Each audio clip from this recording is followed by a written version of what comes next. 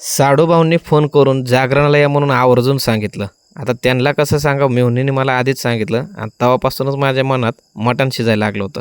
नमस्कार, मी बिंदास प्रदीप. जागरण गोंधळाला चाललो साडूंच्या घरी. बाधा पडणाऱ्या पावसात काका गाडी कशी चालवतात हे आम्ही सगळी बघत होतो आणि ड्रायव्हर काकानं लाईट बंद केली आणि म्हणले मला निवांत चालू द्या.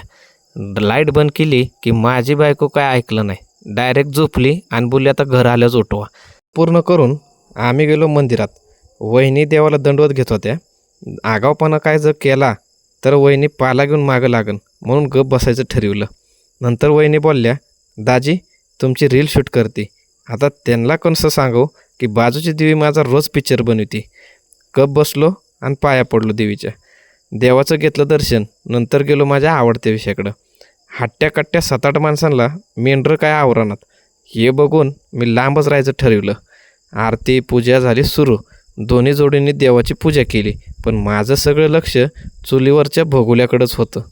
त्यात अनेक झाली आमच्या आईची सरप्राईज वाईल्ड कार्ड एंट्री. मग आम्ही मंदिरात जाऊन परत दर्शन घेतलं, देवीची ओटी वगैरे भरली आणि मग घरी आलो. बारक्या लेकराला सारखं कडावर घेऊन माझ्याकडे इशारा करत होती. मी आपलं गप दुसरीकडे बघायला घेतलं. मटण मेहुणीनं लाडानं चारलं आणि नंतर देवट्या म्हणून बसवलं. आता देवट्याचा विषय तुम्हाला माहिती आहे का? माहीत असला तर नक्की कमेंटमध्ये सांगा. रातभर देवट्यात बसलो. नंतर वाघ्या मुरळीचा कार्यक्रम सुरू झाला. भरीतभर म्हणून आम्हाला बी जेवढं जमन तेवढं अंग आम्ही हलवायचं काय कमी नाही केलं. दोन्ही साडूभाऊ आणि त्यांची मित्रमंडळी राडा होतीत.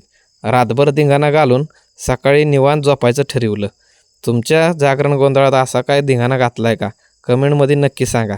व्हिडिओ आवडला तर लाईक आणि नक्की शेअर करा मित्रांना ज्यांच्याबरोबर तुम्ही धिंगाणा घातला आहे. सबस्क्राईब करायला काही विसरू नका. धन्यवाद.